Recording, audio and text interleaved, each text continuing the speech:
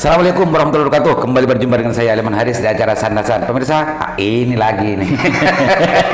Ini pasti menarik ini. Saya ngundang lagi salah satu anggota PH Penasihat Hukum Bupati Bangkalan terdakwa yang hari ini sedang berlangsung sidang pembuktian dan pemeriksaan saksi. Kemarin Jumat kemarin ada kurang lebih 6 saksi yang dipanggil oleh Jaksa KPK untuk diminta keterangan di depan sidang hakim. Assalamualaikum Pak Disang. Waalaikumsalam Bang Aliman. Wah, menarik kemarin. Saya baru sedikit melihat cuplikan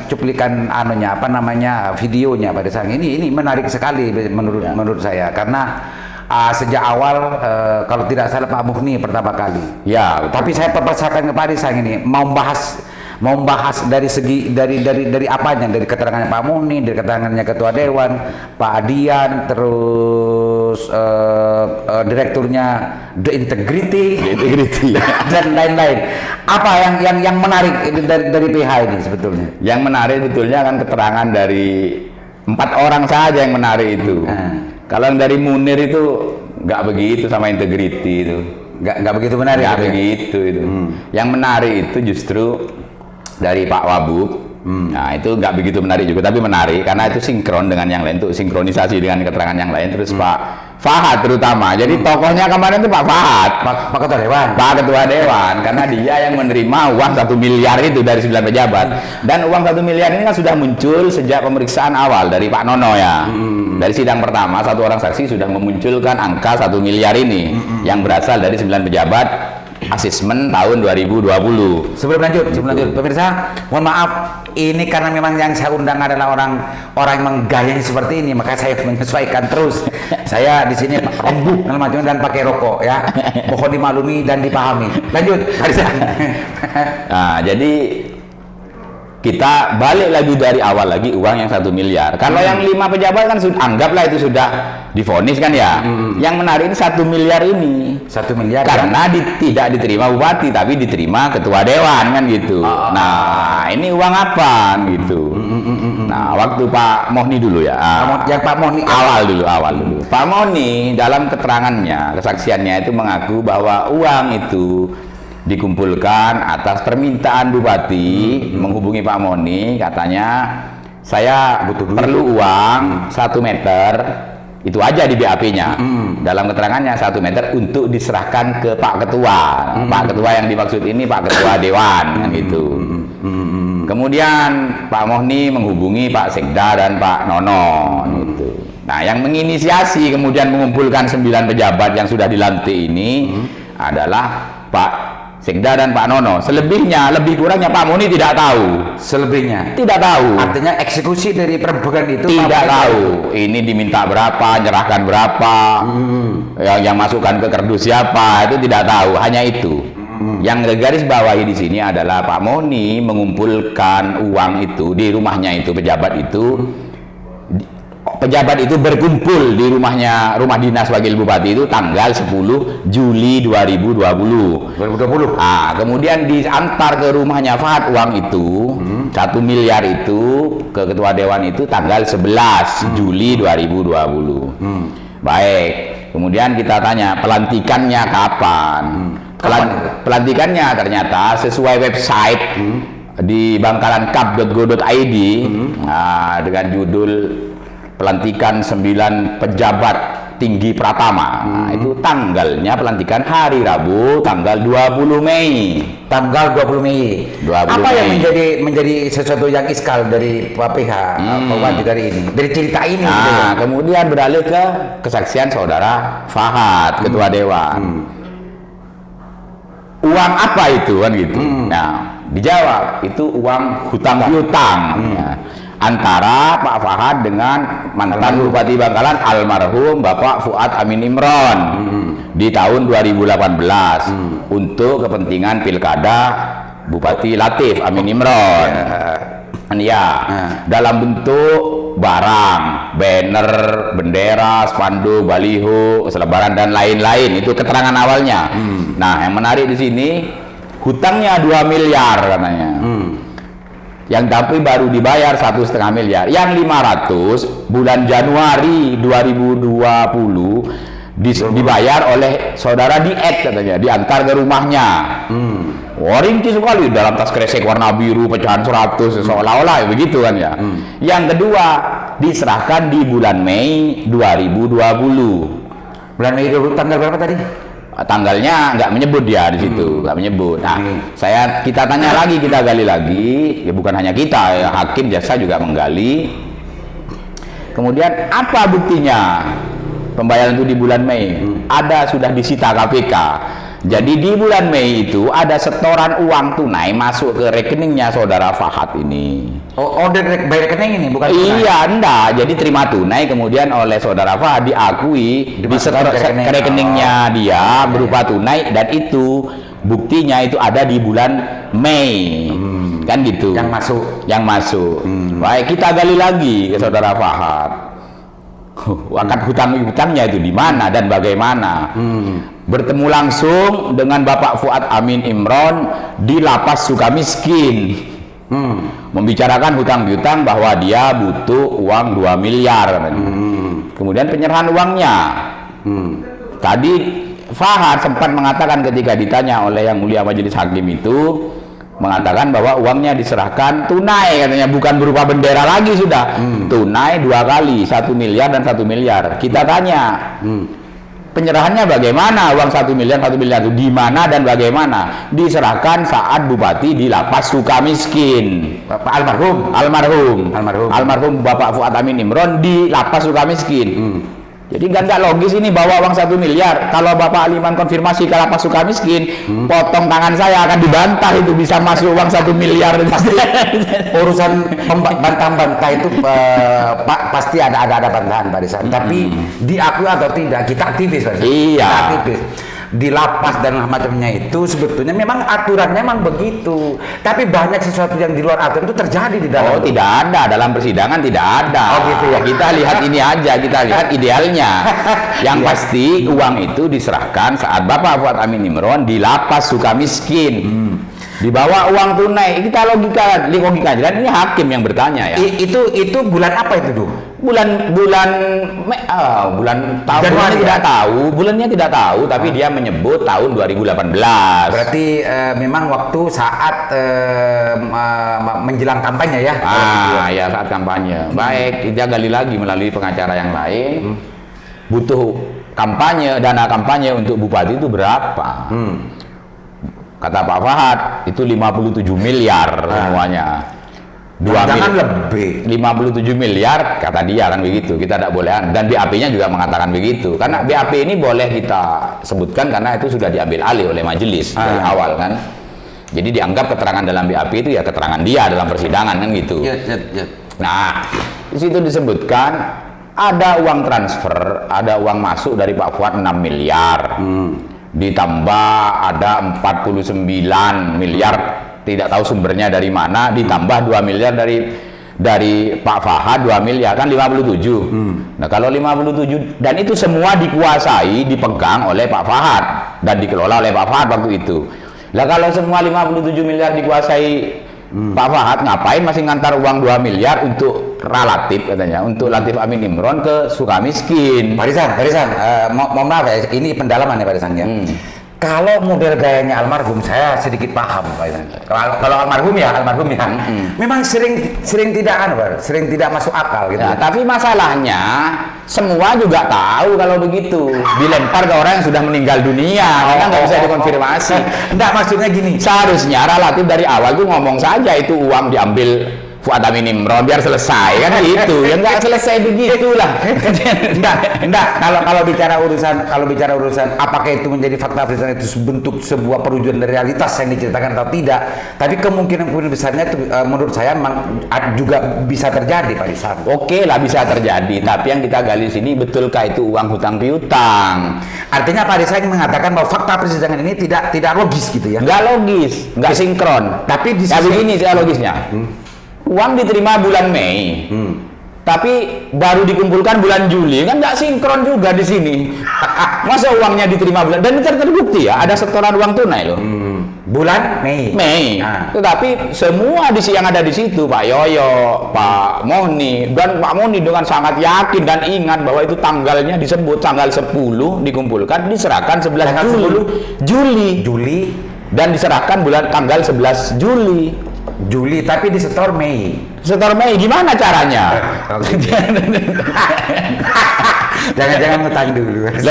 Lo nggak bisa. Dan ini berkesesuaian dengan kesaksian Bu Nunu sebelumnya bahwa uang itu baru dia serahkan, dia kan nyumbang juga yang masuk 9 pejabat itu setelah pelantikan. Setelah pelantikan sekitar 1 atau 2 bulan. Betul kan Setelah gitu. pelantikan. Iya. Artinya Pak Risang ingin membantah bahwa kesaksian itu meskipun di bawah sumpah, Iya. ini tidak logis. Nggak logis. Tapi Pak Ketua, Pak Rafahat kan memang masih tidak merubah keterangannya, Pak Risang. Sudah berubah, bebas saja. Nanti kan kita minta ke majelis ketika nanti yang lain ada Pak Sodik terutama bersaksi, mohon dihadirkan kembali saudara Fahad dengan saudara Ishak Sudibyo. Kenapa kita minta hadirkan? Karena dalam keterangannya juga saudara Fahad menerangkan bahwa di tahun 2018 dia juga membelikan mobil Honda HR-V Prestige untuk Bupati Latif atas perintah almarhum lagi. Tidak bisa dikonfirmasi kan. Sudah almarhum Disadari atau tidak, memang 2018, 19 ke 20 itu memang banyak sekali peran-peran almarhum, Pak Risang. Oh iya, tapi kan nggak bisa dikonfirmasi. Oh iya, uang mati, Pak Oh iya, nggak bisa dikonfirmasi. Itu kan katanya. Iya. Jadi yang menjadi keiskalan dari PH dalam konteks ini adalah anggota dari PH Pak Bupati, selisih dan ketidaklogisan antara uang yang disetorkan ke rekening dengan penyetoran ke Ketua Fahad itu dianggap tidak logis karena Begini. karena terlebih dahulu disetorkan ke rekening. Ya, tapi tujuannya bukan itu. Tujuan kita artinya uang itu tidak untuk bupati. Tapi atas permintaan Fahad sendiri gitu loh. Itu kan kesimpulannya PH. Oh iya. Artinya kalau dalam konteks Bangkalan ya, kita sama-sama tahu ya. Oh, rahasia umum. Kalau di Bangkalan ini urusan apalagi ini kan juga diakui oleh semua saksi yang dihadirkan. Iya. Bahwa ini adalah atas kebiasaan yang terjadi, Baik, gitu ya. baik. Artinya sebelum atau sesudah tanggal yang dipersoalkan oleh Pak Risang ini bisa jadi terjadi yang sebenarnya. Baik. Kita dari awal bersaksi dari Pak Nono sampai saat ini, sampai kemarin tanggal 19 itu semua ngomong ini sudah kebiasaan, ini sudah rahasia umum. Kita juga tahu kalau mau bicara rahasia umum, kita juga tahu rahasia umum di Bangkalan itu kalau uang 1 miliar itu bukan untuk bupati, bukan untuk Fahad. Oh gitu. Iya sudah tahu. Rahasianya itu rahasia. Cuman takut aja Fahad ngomong kalau itu untuk oknum APH itu aja. Cuman takut aja saudara Fahad untuk mengatakan bahwa uang itu untuk nutup perkara, itu aja. Kalau rahasia umumnya semua orang Bangkalan juga tahu rahasia umum kalau uang 1 miliar itu bukan untuk Fahad. Dan itu justru hari ini dianukan ke almarhum gitu. Iya, tapi kan rahasia umum itu bukan bukti kan gitu. Oh, ini Mirza, catatannya begitu Mirza. Hanya takut aja saudara Fahad itu tuh mengatakan itu. Maka itu diakui hutang gitu ya. Aslinya, Yang tidak logis jadi. Aslinya untuk KB harus saya Makanya bohongnya belepotan kan itu. ya, ini hanya sekedar catatan. Apapun yang dibicarakan hari ini bukan fakta persidangan. Ini rahasia umum ini. Ini rahasia umum. Rahasia umum Mirza. Tapi rahasia umum itu tidak bisa dijadikan fakta persidangan. Ya karena kita juga jengkel juga. Masa setiap ditanya dalam sidang rahasia umum. Kenapa dia tidak menceritakan rahasia umum yang sebenarnya? BAP. Iya. Sekalian aja itu BAP berdasarkan rahasia umum. Gitu. Jadi subscribernya Sandasa nanti bisa juga nanti berkomentar Rahasia umum. Jangan perkara ini bukan perkara tidak berdiri di atas yang sebenarnya. Ya, rahasia umum. Rahasia umum kedua, ya gimana itu apa? Ketika ada potongan 10% itu bupati. Itu dari siapa kemarin? Dari Pak Yoyo ya. Oh, Pak Yoyo. Wah, ada deretan proyek 2020, 2021, 2022 gitu. Yang diatur oleh Pak Sodik gitu. Minum dulu. Diatur oleh Pak Sodik katanya. Pak Yoyo, catat Pak Yoyo, betul. Ditanya sama hakim, Free proyek. Saudara tahu atau asumsi saudara? Asumsi kami katanya, berdasarkan rahasia umum. Oh gitu Pak. Betul, itu ditanya. Silakan nanti simak videonya kan Lingkar Jatim merekam utuh. Ya betul. Ditanya oleh hakim, ini asumsi saudara atau betul tahu asumsi kan? Karena tahu dari yang lain, semua orang juga tahu 10%. Disebut 5 sampai 10%. Tapi hitungannya di situ disebut di BAP bahwa kalau ada proyek jumlahnya 37 miliar berarti dikurangi 10%. Berarti untuk bupati kisaran 3,7 miliar, nggak bisa begitu, dan itu ditandatangani BAP-nya dan diparaf. Jadi ditegaskan lagi, ini asumsi saudara atau memang tahu? Asumsi saya, karena yang ngatur saudara Sodik, sampai ditegur kan Pak Yoyo sama hakim. Anda ini kepala dinas PUPR, kok tidak tahu apa-apa? Kalau bohong yang logis katanya.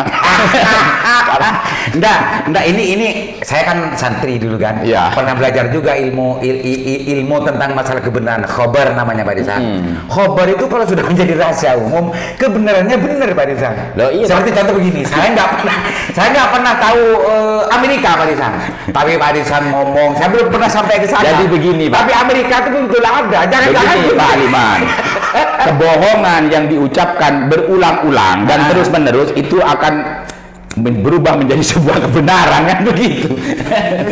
Dianggap sebuah kebenaran kan begitu. Itu istilahnya kalau dalam bahasa Arab kaidahnya ada bahasa asyura wal ifadah namanya. Asyura wal istifadah namanya. Jadi rahasia umum. Bapak Ibu Diana juga begitu. Ya, gitu. Rahasia umum Pak di sana sudah kebiasaan dan budaya memberikan 10% ke bupati. Ditanya Diana, Anda memberikan enggak kepada bupati? Tidak, melalui Pak Wildan. Loh, kenapa kasih Pak Wildan? Karena kebiasaan dan rahasia umum. Pak Disan, Rahasia umumnya tahu juga di sini siapa Diana. pengakuannya Pak Muhni, pengakuannya Pak Yoyo, pengakuannya Direktur Integrity, kan Pak Bupati menyangkal semua nih. Pak Bupati menyangkal semua nih. Ini masukan dari PH atau bagaimana ini? Kita juga nggak bisa koordinasi ya. Gimana? Kita kan tidak tahu apa yang akan disaksikan saksi ketika di persidangan, dan kita juga nggak bisa berkomunikasi dengan beliau, dengan terdakwa. Jadi saya yakin begini, yang dimaksud Pak Bupati itu bukan menyangkal seluruhnya, cuman beliau tidak tahu caranya. Jadi ketika disuruh menanggapi dan bertanya, beliau malah disuruh bertanya menanggapi, disuruh menanggapi malah bertanya gitu. Nggak tahu. Jadi maksud beliau mungkin ada yang benar, ada yang tidak, atau benar sebagian, salah sebagian kan gitu. Cuman karena ditanya oleh hakim waktu itu, benar atau tidak? Ya Bupati jawab tidak, gitu aja kan gitu. Oh, pertanyaan hakim dua itu. Iya, benar atau tidak keterangan saksi? Ya tidak. Mungkin maksudnya Pak Bupati itu sebagian benar, sebagian tidak. Pak Disan, saya kan awam dalam konteks ada acara gitu ya di dalam persidangan. Dalam konteks itu kan kalau menurut pemahaman awam saya terkait dengan urusan efek dari apa yang diucapkan, apa yang disaksikan, dan apa yang diakui dari persidangan itu kan ngefek secara hukum Pak Disan. Ngefek. Nah, kalau PH mengetahui dan mengerti tentang persoalan itu, boleh nggak melakukan masukan di waktu persidangan kepada terdakwa? Apa tidak diperbolehkan Pak Hakim? Oh tidak boleh. Tidak boleh. Tidak boleh. Itu dikendalikan hakim karena ada gilirannya. Ketika giliran PH, jaksa, ketika giliran hakim bertanya, kita tidak boleh menyela. Yang boleh menyela hanya hakim. Yang boleh menyela, yang kita tidak bisa menyela. Kita hanya boleh interupsi. Kita interupsi itu pun harus ada alasannya, nggak asal interupsi. Ini bukan debat kusir di situ kan gitu. Artinya kan opini publik hari ini ketika mendengarkan dan mengikuti video Lingkar Jatim dan juga pemberitaan yang ada itu sebetulnya Pak Bupati ini sampai detik ini betul-betul dimanfaatkan orang banyak, sehingga cerita-cerita ini sama sekali tidak tersentuh oleh Pak Bupati. Tidak memahami juga beliau.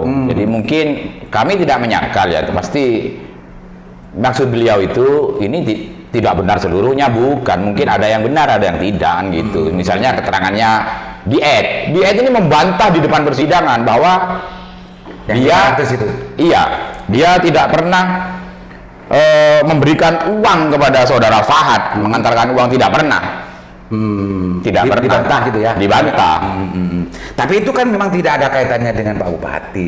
Oh ada, karena saudara Fahad mengkaitkan. Saudara Fahad Maksudnya mengkaitkan. pertanyaan saya tadi itu dari sekian banyak saksi yang dihadirkan, termasuk saksi yang sebelumnya terdakwa 5, yang 5 dan yang sekarang juga Pak Bupati sendiri itu justru semuanya disangkalkan dan tidak benar semua Pak Rizal. Itu pertanyaan saya.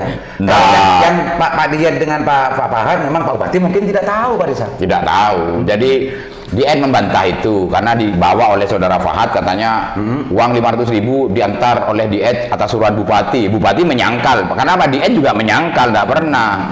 Uang apa Pak DN mengantar uang 500 juta? Dan apa kemampuan Pak DN mengumpulkan uang 500 juta dari siapa? Panjang kan? Iya. Jadi tapi menyangkal. dalam konteks itu bisa saja itu memang sekarang sudah menjadi fakta persidangan dan itu mungkin menjadikan sebuah pertimbangan oleh hakim ya Pak Risan ya untuk menilai itu semua. Pak Risan, dari perjalanan kesaksian yang dilakukan sampai detik ini kan ini sampai hari ini sudah berapa saksi yang sudah dihadirkan? Udah kita lupa itu ya, mungkin sudah belasan yang pasti ya, belasan. Ini kan masih panjang Pak Rizal. Masih panjang. Jaksa kemarin mengatakan yang sudah dipersiapkan sebetulnya 60 saksi, cuman masih akan diseleksi lagi. Nah, kalau melihat dari gaya Pak Bupati dari persidangan pertama sampai hari ini sama sekali tidak dibenarkan semua kesaksian. Ya karena beliau tidak tahu caranya. Nantilah kita komunikasi dengan beliau. Kita sudah kasih arahan mana yang benar. Seperti misalnya keterangan di itu kalau dia mengatakan, kalau Bupati mengatakan tidak benar, berarti kan gimana wong itu di sudah membantah kan gitu. Dia tidak tahu saja beliau itu. Bahkan sebelumnya itu ini hanya gatuk-gatuk saja, gatuk-gatuk dengan bukti. Karena bukti ada setoran uang di bulan Mei di rekeningnya Fahad itu ada setoran uang tunai masuk itu 1,5 miliar, sehingga digatuk-gatukkan aja. Ya. Nah, sebelumnya itu persidangan sebelumnya itu Pak Bupati terdakwa dalam konteks ini kan sempat juga diingatkan hakim. Iya kan? Ya. Ini membuat dia dipikirkan, jangan emosi kan sempat. Iya, kita sudah memberi masukan, nampaknya beliau emosi lagi, lupa lagi gitu. Enggak, Pak Rizal, saya cerita di luar ini. Nah, PH itu dibolehkan nggak secara hukum bertemu dengan terdakwa untuk bagaimana mendampingi dan memberikan penjelasan hak hukumnya? Boleh sekali. Boleh. Kalau boleh, kenapa Bupati begini, Pak Rizal? Karena tidak ada yang mendampingi, maka kita nanti pertimbangkan untuk mungkin salah satu PH ini ketika beliau bersidang itu ada satu yang ada mendampingi Pak Bupati di sana di Jakarta, supaya tidak kontraproduktif kan gitu. Ya. Maunya menyangkal sebagian tapi kesannya menyangkal seluruhnya. Ya, menurut pikiran awam saya ini fatal Pak Bupati. Artinya saya yakin tidak juga. Jadi sampai saat ini kita sebagai PH harus menyatakan bahwa itu tidak juga. Karena sampai sekarang itu hanya asumsi, tidak ada bukti. Memang kalau di persidangan ya saksi itu ya bukti kan gitu ya. Saksi itu ya bukti, cuman bukti yang pendukung lainnya kan tidak ada. Ini uang 1,5 miliar disita dari Fahad, diakui hutang. Kapan hutang piutangnya kan gitu. Dan itu tidak sinkron juga. Uangnya masuk bulan Mei, baru dikumpulkan bulan Juli, yang kan nggak mungkin. Pak Rizal, kayak cerita dari kesaksian Pak Muni, kayak cerita dan kesaksian dari komisioner KPU ya, terus The Integrity ini justru menjelaskan di depan hakim bahwa dia itu presentasi sendiri ke Pak Bupati. Betul. Jadi ini diperkenalkan oleh saudara Munir. Ya, Munir ya. Sebagai anggota KPU saya bahwa tidak mau ngomong nama sebetulnya. Enggak apa-apa. Begitu ya. Namanya sudah tahu semua. Gitu ya. Sudah dia bersaksi kok. BAP-nya saya baca juga nggak apa-apa. Tapi kan tidak gitu. Lanjut. Itu kan dikenalkan saudara Munir. Kemudian The Integrity ini lembaga yang masih baru berdiri tahun 2020. Tidak Sukron. Dan itu presentasi itu kerjanya apa? Karena diperkenalkan oleh Munir. Kemudian yang disurvei itu bukan yang didapatkan ke Bupati kan survei elektabilitas. Ternyata bukan elektabilitas yang disurvei, tapi kepuasan publik terhadap pemerintah Bangkalan selama pemerintahan Latif Amin Imron. Tujuan Bupati itu untuk mengetahui apa yang dibutuhkan masyarakat, apa yang tidak populer, mana yang populer, gitu. Kalau itu mestinya kan harus dimasuk ke rencana pemerintah daerah, Pak Rizal. Nah, itu kan disampaikan oleh Bupati Latif kepada Sekda dan Pak Sekda bahwa untuk melakukan survei. Anggarannya sekian, suruh tawar kan gitu. Tawar, minta 200 pertama itu Sukron, ditawar jadi 150. Itu kan disampaikan ke Pak Sekda ke Pak Nono. Lah nggak tahu kenapa memang Pak Nono itu bendahara kabupaten, saya juga heran. Kenapa yang 1 miliar Pak Nono, yang Pak Nono. Pak Nononya bingung sambat ke wakil bupati. Nah, di situ ternyata ada pejabat yang mau beli jabatan kan gitu. Ini istilahnya Pak Risang ya. Iya, ada apa-apa, memang iya beli jabatan. Akhirnya dijual lah jabatan itu untuk membiayai survei. Iya, jadi enggak ada bupati itu memerintahkan minta ke sana untuk biaya, enggak ada. Oke, biar lebih dalam. Survei ini sebetulnya kan yang menjadi skala hari ini itu ada dua. Ada bilang yang survei ini elektabilitas bupati, berarti ini adalah kepentingan bupati pribadi. Iya. Yang kedua adalah survei untuk melihat kepuasan publik terhadap pemerintahan daerah. Ini kan sangat berbeda nih. Beda. Nah, sekarang yang hasil survei itu apa sebetulnya? Pak Sukron yang tahu. Pak Sukron menyampaikan di depan sidang bahwa survei itu adalah survei kepuasan publik. Ya kita percaya pada yang tukang surveinya dong. Dan survei itu hasil survei itu hari ini menjadi bagian dari bukti pendakwaan dari dan sayangnya penyidik KPK tidak menjadikan itu bukti. Oh gitu. Yang jadi bukti hanya penyitaan uang dari saudara Sukron 150 juta. Artinya hasil survei itu tidak menjadi bukti. Tidak menjadi bukti. Artinya polemik antara survei elektabilitas bupati dengan tingkat kepuasan publik masih belum terjawab. Tapi kita percaya pada fakta persidangan bahwa yang tukang surveinya ngomong itu survei kepuasan publik, bukan survei elektabilitas. Pak Risang kan sudah berpengalaman tuh di persidangan semacam ini. Bisa saja surveyor ini justru berubah tengah jalan, Mbak Risang. Wah, bisa saja. Sampai detik kemarin, Sukron masih mengatakan bahwa survei yang dia lakukan sampai finish itu survei kepuasan publik. Yang di BAP tertulis apa, Mbak Risang? Elektabilitas. Nah ini kan orang-orang seperti saya. Di BAP-nya siapa? Itu kan di BAP-nya Pak Nono sama Pak Sekda. Kalau di BAP Sukron tidak kan gitu. Oh gitu. Iya. Oh berarti sudah ada di situ ya. Iya. Jadi harusnya itu dijadikan bukti hasil surveinya bahwa betul-betul survei elektabilitas untuk kepentingan pribadi. Ya. Kalau survei kepuasan publik di mana-mana Pak Aliman pasti ada bonus di situ, termasuk pertanyaan apakah saudara puas dengan pemerintahan Bupati Bangka? Pasti. Seolah-olah itu bisa dikaitkan dengan elektabilitas, pasti ada itunya. Nggak mungkin pemerintah nggak ada pemimpinnya. Menurut saya Dinda Munir gitu ya, dan juga Dinda Sukron ini orang yang saya kenal sebetulnya, orang yang saya kenal. Biar sudon publik terhadap kalian itu segera selesai.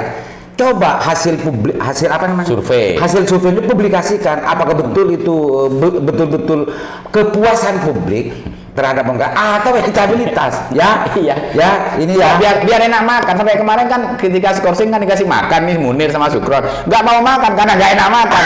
Akhirnya saya yang makan sama wartawan yang makan. Oh gitu ya, lumayan nasi padang kan gitu.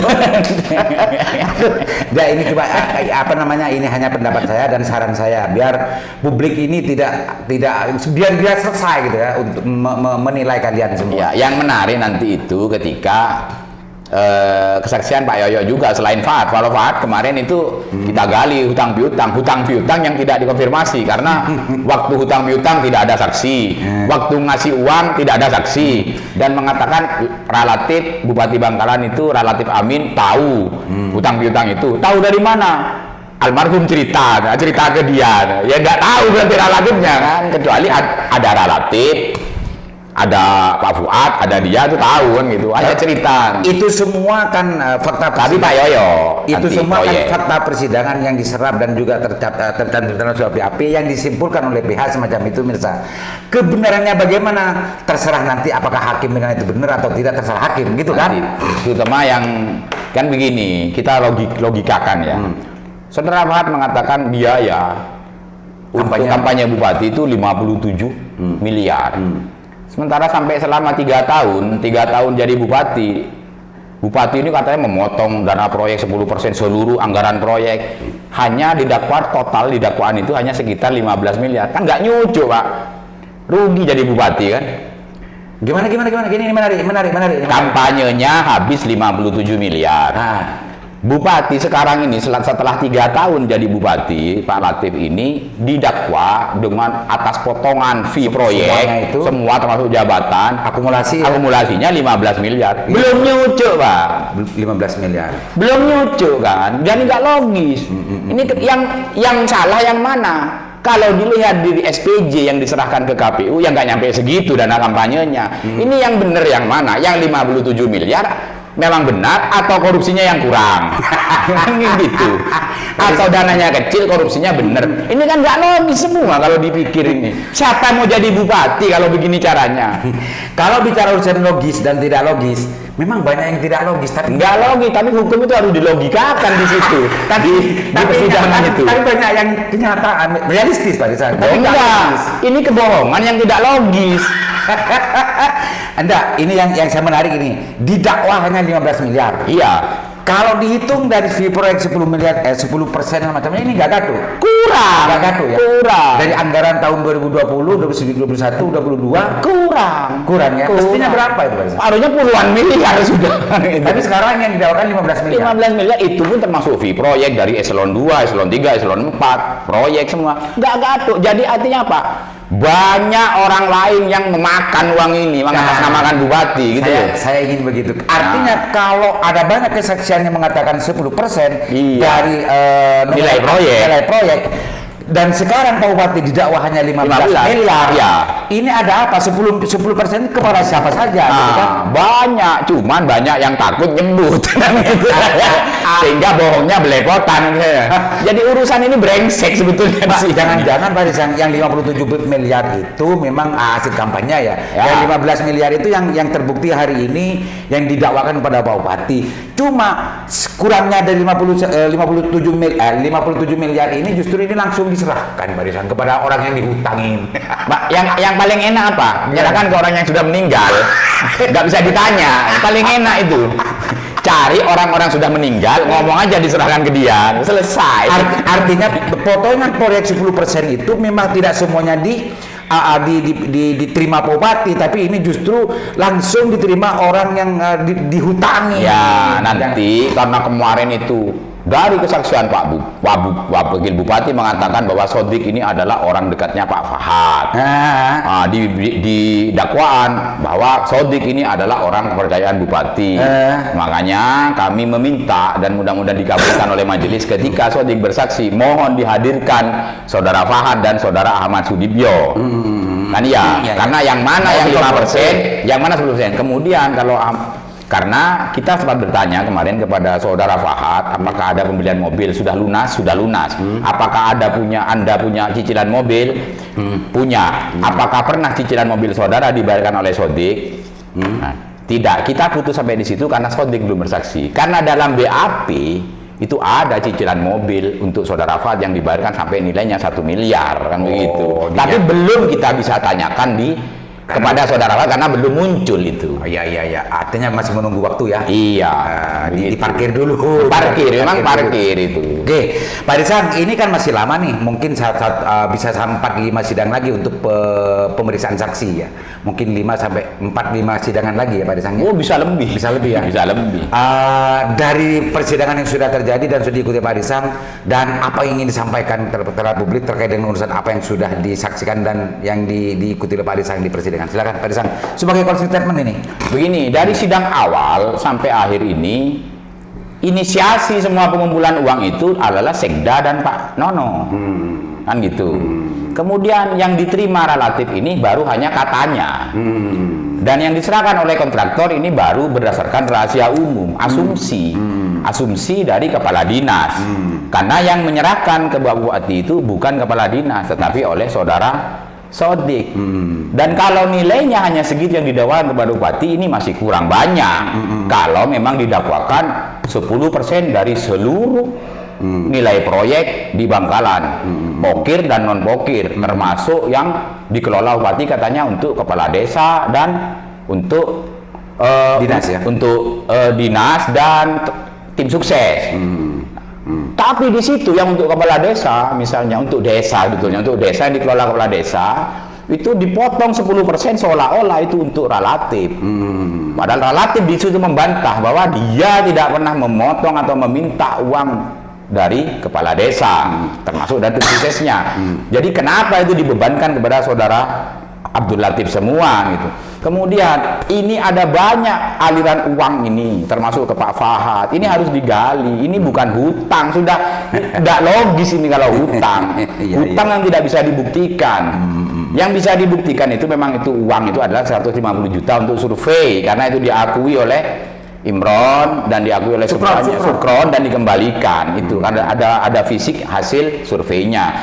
Yang harus digali nanti adalah keterangannya saudara Sodik. Ini kemana uang ini? Nggak mungkin dapat apa saudara Sodik dari bekerja siang malam, mengumpulkan uang katanya itu, menghitung, memverifikasi CV yang menang, dan ini katanya akurat 99%, yang dimasukkan Sodik pasti menang kata Pak Yoyo itu. Akurat, padahal itu harus di ULP. Jadi nanti harus di dalamnya keterangan ULP.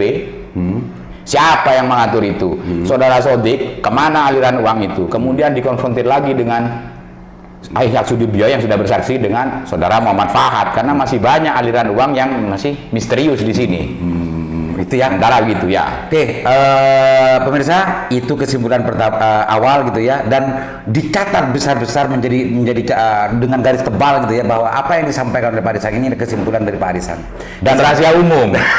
Kesimpulan dari Arisan belum tentu ini adalah sebuah kebenaran yang benar gitu ya, ketika nanti itu bagaimana hakim menilai. Puzzle cerita ini masih belum komplit ya, masih perlu jauh. Masih ada puzzle cerita yang lain yang penting dan untuk kita tunggu ceritanya. Oke ya, mudah-mudahan. Assalamualaikum warahmatullahi wabarakatuh. Waalaikumsalam warahmatullahi wabarakatuh.